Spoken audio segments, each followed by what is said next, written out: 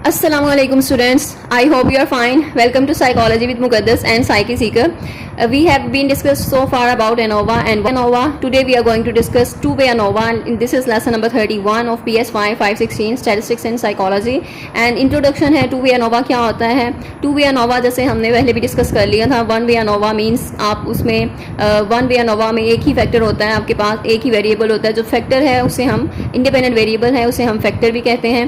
तो फैक्टर जो है वो इंडिपेंडेंट वेरिएबल का अनदर नेम है, उसका दूसरा नेम है. इसमें कंफ्यूज नहीं होना. इंपॉर्टेंट एमसीक्यूज भी ये हो सकता है और इसे हम फैक्टोरियल डिज़ाइन भी कहते हैं. और टू वे फैक्टर्स में टू वे ANOVA में हम दो फैक्टर्स यूज़ करते हैं, यानी कि दो हमारे पास इंडिपेंडेंट वेरिएबल होते हैं जिसे हम टू वे फैक्टोरियल या इस तरह लेवल ऑफ फैक्टोरियल इस तरह कहते हैं. और इसमें जो डिटेल्स हैं यहाँ पर मेंशन की गई हैं. टू वे ANOVA होता है जो टू वे, उसमें हम टू इंडिपेंडेंट वेरिएबल को देखते हैं, उसको चेक करते हैं, उसकी इंटरेक्शन आपस में देखते हैं कितनी है, इफ़ेक्ट साइज़ को मैयर करते हैं कि उनका आपस में इंटरेक्शन कितना है, इफ़ेक्ट कितना है, इफ़ेक्ट साइज़ कितना है, कितना ज़्यादा वो इफ़ेक्ट कर रहे हैं एक दूसरे को. और इसकी जस्ट एक्सप्लेनेशन है. इसमें उन्होंने एक्सपेरिमेंट किया था. एक मेन इफेक्ट्स हैं और इंटरेक्शन है, यानी जब हम टू वे कर रहे हैं तो हमारे पास टू इंडिपेंडेंट वेरिएबल हैं जिनका हमने इंटरेक्शन आपस में चेक करना है, इफेक्ट साइज चेक करना है उनका कि वो क्या होगा. Okay, first of all I would like to thank all students जो कि बहुत अप्रिशिएट कर रहे हैं और इंकरेज कर रहे हैं, मोटिवेट कर रहे हैं, सपोर्ट कर रहे हैं. आपकी जो ये सपोर्ट होती है बहुत ज़्यादा मैटर करती है. आपकी अप्रिसिएशन जो होती है वो हमारी एफर्ट्स को इंक्रीज़ करने के लिए बहुत मैटर करती है. यानी जो हमारी एफर्ट्स हैं, एक तो इंट्रिंसिक मोटिवेशन तो है हमारे पास, लेकिन जो एक्सट्रिंसिक मोटिवेशन है उसकी भी नीड होती है. और जो आपकी सपोर्ट है वो हमारी जो एक्सट्रिंसिक मोटिवेशन है उसको फुलफिल करती है, जिसकी वजह से हमारी एफर्ट्स जो हैं उसमें मज़ीद इन्हेंस होती हैं, इंक्रीज़ होता है उसमें. और बेसिकली पर्पज़ यही था. एज अ स्टूडेंट हमने बहुत सी प्रॉब्लम्स फेस करी हैं, बट आई वांटेड कि कोई और प्रॉब्लम इस तरह की फेस ना करे और सारे स्टूडेंट्स जो हैं वो अच्छे से लर्न करें. और ये जो पर्पज़ है आपका वो सिर्फ आपकी डिग्री जो है उसको हासिल करना ना हो, बल्कि आपकी लर्निंग जो है वो बेटर होनी चाहिए, आपकी अंडरस्टैंडिंग बेटर होनी चाहिए, आपके कॉन्सेप्ट क्लियर होने चाहिए. तो बेसिकली हमारा जो एजुकेशन सिस्टम है वो इस लिहाज से फ्लॉप है और जो कॉन्सेप्ट्स हैं वो क्लियर नहीं होते, जिसकी वजह से हमारे पास डिग्री तो आ जाती है लेकिन हमारे कॉन्सेप्ट्स क्लियर ना होने की वजह से जॉब्स भी नहीं मिलती. और इस वजह से जो फ्यूचर है वो बिल्कुल फ्लॉप हो जाता है, फ्यूचर जो है वो डिस्ट्रॉय हो जाता है स्टूडेंट्स का. तो बेसिकली पर्पज़ यही था, जिसकी वजह से नेक्स्ट जो एक और दूसरा चैनल जो है वो जनरल कॉन्सेप्ट्स के लिए बनाया गया है, ताकि जो इस तरह के कुछ कॉन्सेप्ट्स हैं जो कि अभी भी यूट्यूब पे वीडियो अवेलेबल नहीं होती जिनकी, और जो अंडरस्टैंडेबल नहीं होते, तो उनके लिए कुछ जो है वो इस तरह की वीडियोज़ बनाई जाएँ जो बहुत ज़्यादा अंडरस्टैंडेबल हों, बहुत ईजी हों लर्न करने के लिए और सीखने के लिए, उसको डेली लाइफ में अप्लाई करने के लिए. That's why we made another channel that is Psyche Seeker. और साइकी सीकर का आपको डिस्क्रिप्शन में लिंक मिल जाएगा, उसको आपने जस्ट ज्वाइन कर लेना है जाके उस कम्युनिटी को. सो आई होप कि आपकी जो अप्रिसिएशन है, आपकी जो सपोर्ट है वो बहुत ज़्यादा मैटर करती है.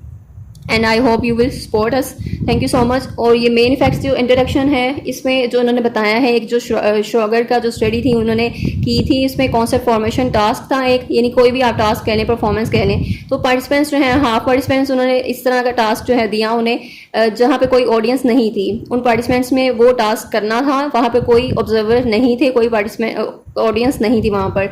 और हाफ ऑफ द पार्टिसिपेंट्स को उन्होंने वो टास्क दिया, जबकि वहाँ पर ऑडियंस भी थी और ऑडियंस जो है वो ऑब्जर्व भी करती है. ऑडियंस जो है, यू नो दैट कि ऑडियंस भी रोल प्ले कर रही होती है. और वहाँ पर जब ऑडियंस होगी, जब आपको कोई देख रहा होता है, तब आप जो है वो कॉन्शियस हो जाते हैं, आपका जो टास्क है वो उस तरह से परफॉर्म नहीं कर पाते. तो ये उन्होंने एक्सपेरिमेंट किया था. और इसमें एक जो वेरिएबल है उनका ये था कि आप जो ऑडियंस के साथ कर रहे हैं या यहाँ पर नो ऑडियंस है, या फिर दूसरा जो वेरिएबल है वो इन्होंने चेक किया था, लो सेल्फ स्टीम और हाई सेल्फ स्टीम, और इनका आपस में इंटरेक्शन क्या है. ये दोनों हमारे पास इंडिपेंडेंट वेरिएबल हैं. एक तो सेल्फ स्टीम वेरिएबल है, इंडिपेंडेंट वेरिएबल, और दूसरा आपका नो ऑडियंस और ऑडियंस वाला इंडिपेंडेंट वेरिएबल है. डिपेंडेंट वेरिएबल इन्होंने किया है जो नंबर ऑफ एरर्स हैं, यानी कितने एरर्स करते हैं वो उस टास्क में. एंड देन श्रोगर ने जो है इन्होंने किया है, जो इन्होंने जो रिज़ल्ट जो फाइंड आउट किया है उसमें मैट्रिक्स उन्होंने बताया है कि एक टेबल जो है बनाते हैं जिसमें एक जो रोज हैं उनमें एक वेरिएबल को करते हैं इंट्रोड्यूस, और जो कॉलम है उसमें दूसरे को करते हैं, और इसका इंटरेक्शन आपस में चेक करना है। लाइक सपोज कि नो ऑडियंस है तो लो सेल्फ एस्टीम का क्या इफेक्ट होगा, और high self esteem no audience पे उसका क्या इफेक्ट होगा। ऑडियंस लो सेल्फ एस्टीम है और ऑडियंस हाई सेल्फ एस्टीम है। अब जो इन्होंने जो रिजल्ट फाइंड आउट किए हैं वो रिजल्ट ये हैं कि जो नो ऑडियंस है उसका आप देख सकते हैं कि जो मीन एरर है यानी जो स्कोर है उसका कितना था, और ऑडियंस के साथ कितना था हाई सेल्फ एस्टीम वालों का। और यानी नो ऑडियंस में अगर कोई ऑडियंस नहीं होगी तो हाई सेल्फ एस्टीम वालों को उस पर कोई फ़र्क नहीं पड़ेगा, और या फिर वो ऑडियंस हो या ना हो। जबकि लो सेल्फ एस्टीम वालों की क्या है कि इनका जो स्कोर था, एरर जो थी कम थी, पहले नो ऑडियंस में कम थी, जबकि ऑडियंस में वो बहुत ज़्यादा कॉन्शियस हो गए, जिसकी वजह से एरर्स जो हैं उनकी ज़्यादा हो गई। तो ये दोनों जो वेरिएबल्स हैं, जो इंडिपेंडेंट वेरिएबल्स हैं, जो फैक्टर्स हैं आपस में, इनका इंटरेक्शन ये है, एक दूसरे को वो इफेक्ट कर रहे हैं। उनका इफेक्ट साइज जो है हम मेजर करते हैं कि कितना ज़्यादा वो एक दूसरे को इफेक्ट कर रहे हैं, उनमें उनके दरमियान इंटरेक्शन कितनी है। नेक्स्ट हाइपोथेसिस जो है वो बनाई है टू वे एनोवा के बारे में, जिसमें हम इंडिपेंडेंट वेरिएबल जो है वो हमारा ग्रुप्स को हम देखते हैं और उन्हें हम फैक्टर कहते हैं इंडिपेंडेंट वेरिएबल को, और उसमें हम चेक करते हैं कि दोनों ग्रुप्स पे चेक करते हैं, ए एंड बी दोनों को चेक करते हैं, और उनकी जो फैक्टर जो लेवल्स होते हैं यानी जो कंडीशंस हैं, उनकी जो ट्रीटमेंट्स हैं, उनके लेवल्स को हम लेवल्स ऑफ फैक्टर कहते हैं। और नेक्स्ट जो है वो एच जो ज़ीरो है यानी आपका नल हाइपोथेसिस जो है उसमें हम कहते हैं कि नो इफेक्ट, उसमें कोई इफेक्ट नहीं है ए पर, जबकि बी पर भी हम नल हाइपोथेसिस हमारा यही है कि no main effect of B, जबकि अल्टरनेटिव हाइपोथेसिस में कहते हैं there exist a main effect, यानी कि वहाँ पर इफेक्ट है।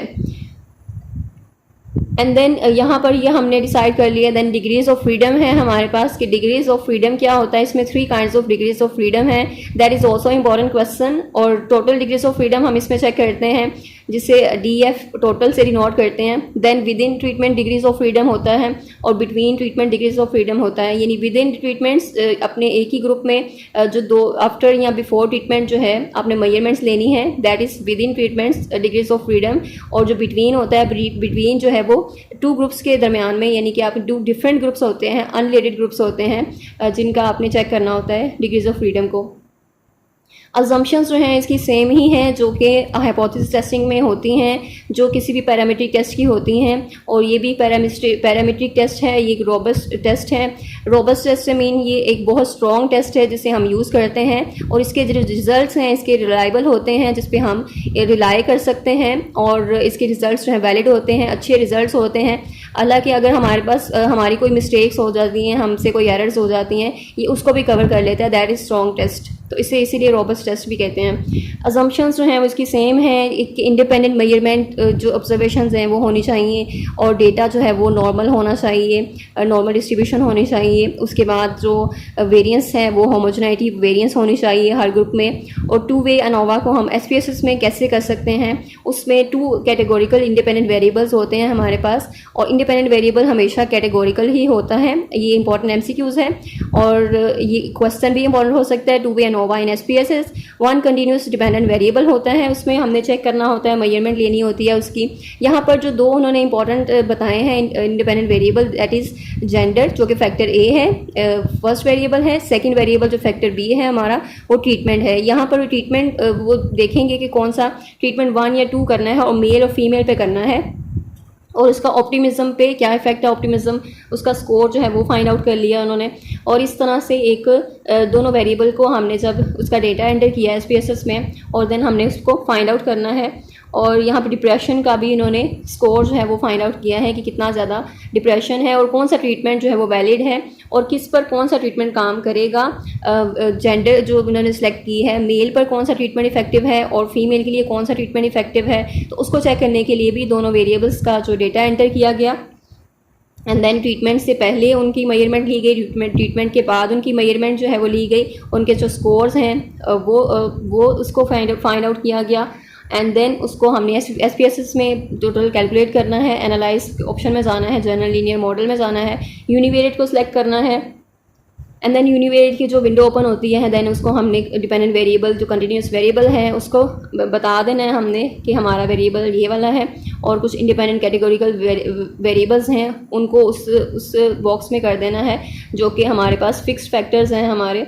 एंड देन हमने ऑप्शन पे क्लिक करना है, डिस्क्रिप्टिव स्टैटिस्टिक्स जो है वो भी फाइंड आउट कर सकते हैं, जिसमें हम एस्टिमेटेड जो इफेक्ट साइज़ है हम वो भी देखेंगे कि हमारा जो इफेक्ट साइज़ है वो कितना है, और होमोजेनिटी टेस्ट यानी उसमें हम देखेंगे कि कितनी ज़्यादा उसमें रिजेम्बलेंस है, यानी कि जो स्कोर्स हैं हमारे कितना मैच कर रहे हैं, और कंटिन्यू करेंगे इसको। फिर पोस्ट होक बटन भी हम इसको प्रेस कर सकते हैं, हम डिफरेंट जो भी टेस्ट आपको चाहिए इसमें से आप उसको क्लिक कर सकते हैं। पोस्ट होक मीन्स आपके एनोवा के बाद जो सिंपल जो टेस्ट होता है एक उसको एनालाइज करने के लिए मज़ीद, तो वो हम पोस्ट होक टेस्ट करते हैं। देन प्लॉट्स पे आप सेलेक्ट कर सकते हैं। प्लॉट्स में आपको ये जो डेटा है वो आपको प्लॉट की एक ग्राफ में मिल जाएगा, जिससे आपको इजी होगा अंडरस्टैंड करना उसको कि आपके जो वेरिएबल्स हैं कितना ज़्यादा उनमें डिफरेंस है, कितना इफेक्ट साइज़ है उनका। अजम्पशंस इसकी दोबारा आ गई हैं 2V एनोवा की। सिंपल अजम्पशंस हैं, रैंडम सैम्पलिंग है, इंडिपेंडेंट ऑब्जर्वेशन है, नॉर्मल डिस्ट्रीब्यूशन है, और ये हम किस तरह चेक कर सकते हैं डिफरेंट जिन्होंने बता दी हैं। एंड देन होमोजेनिटी वेरिएंस जो है वो लेवेंस टेस्ट से कर सकते हैं। ये सारे आपको SPSS में मिल जाएंगी चीज़ें, और लेवेंस टेस्ट अगर आप करते हैं तो आपको वो बता देता है कि आपके वेरिएंस में होमोजेनिटी जो है वो कितनी है, और वो हमारी वायलेट कर रहा है कि नहीं हमारी अजम्पशन को। लेवेंस टेस्ट जो है इक्वालिटी ऑफ एरर वेरिएंस का वो बता देता है कि कितना आपका वेरिएंस इक्वल है या फिर उसमें डिफरेंस है, तो वो वेरिएंस की इक्वालिटी चेक करने के लिए हम लेवेंस टेस्ट को यूज़ करते हैं, जिसमें हम एफ रेशो फाइंड आउट करते हैं। डिग्रीज ऑफ फ्रीडम वो हमें बता देता है, degrees of freedom second group की वो बता देता है। एंड देन सिग्निफिकेंट वैल्यू बता देता है। सिग्निफिकेंट वैल्यू आपने चेक करनी होती है कि वो आपकी ग्रेटर देन 0.5 है या फिर 0.05 है या फिर लेस देन 0.05 है, यानी वो सिग्निफिकेंट वैल्यू है या नॉन सिग्निफिकेंट वैल्यू है। अगर वो सिग्निफिकेंट वैल्यू है तो इट मीन्स कि आपकी वो नल हाइपोथेसिस जो है वो रिजेक्ट हो जाएगी। अगर वो नॉन सिग्निफिकेंट है मीन्स वहाँ पर कोई चेंजेस नहीं है, नो इफेक्ट, सो वो हमारी नल हाइपोथेसिस जो है वो एक्सेप्ट होती हैं। सो यहाँ पर यही पर्पज़ है सिग्निफिकेंट वैल्यू जो है आपकी चेक करने का, और ये हम जो है सिग्निफिकेंट वैल्यू इस तरह सिग्निफिकेंस लेवल ऑफ सिग्निफिकेंस इसे कहते हैं, अल्फ़ा लेवल भी इसे कहते हैं, जिसको आप चेक करते हैं, यानी बाउंड्रीज आपने सेट की होती हैं, और जितनी ज़्यादा आप उसको रिस्क लेके रखते हैं कि आपका जो टाइप 1 का एरर है वो हो सकता है, और जितना ज़्यादा उसको कम करेंगे उतना ही ज़्यादा टाइप 1 एरर के चांसेस जो हैं वो कम होते जाएंगे। इसको आपने जस्ट क्लिक करना है, और ये सारे हम पहले भी देख चुके हैं। सिंपल जो है वो आप डेटा एंटर करेंगे SPSS में, और सारे जो भी इंस्ट्रक्शंस यहाँ पर मेंशन की गई हैं आपने सिंपली जस्ट इनको फॉलो करना है, और आपको जो रिज़ल्ट है वो आपको मिल जाएगा। और ये सारे जो भी कॉन्सेप्ट्स हैं यानी जेंडर पे इन्होंने चेक किया, जो ट्रीटमेंट इफेक्ट है वो क्या होता है, ये सारी उसी के बारे में इंफॉर्मेशन है। नेक्स्ट जो टेबल है इन्होंने टेबल पे भी मेंशन कर दिया है कि हमारे जो रिज़ल्ट्स हैं वो इस तरह से हैं, और ये सारा कुछ जो भी यानी सिग्निफिकेंट वैल्यू क्या है, एफ रेशो, मीन स्क्वायर क्या है, जो हम मैनुअली करते हैं। इन्होंने सिंपल जो SPSS है हमें जस्ट वैल्यूज़ जो है प्रोवाइड कर देता है, हमने जस्ट अपना डेटा एंटर करना होता है, और उसे हम एक कमांड दे देते हैं कि आपने ये चीज़ परफॉर्म करनी है।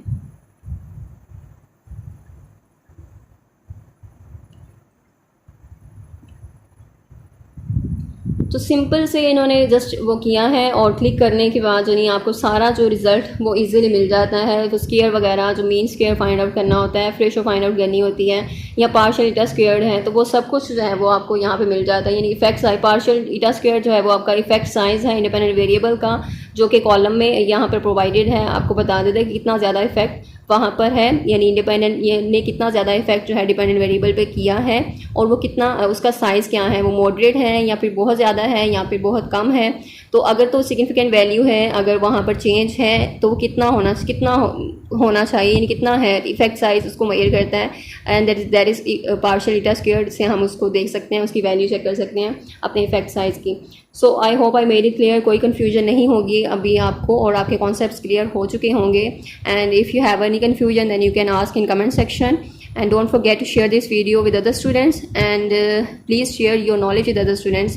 अगर आपके पास कोई नॉलेज है, अगर आपको कॉन्सेप्ट की अंडरस्टैंडिंग हो जाए तो आप दूसरों के साथ भी शेयर किया करें ताकि आपकी जो अंडरस्टैंडिंग है वो मज़ीद इम्प्रूव हो सके और आपके नॉलेज जो है वो शेयर करने से कम नहीं होगा बल्कि मज़ीद इंक्रीज़ होगा।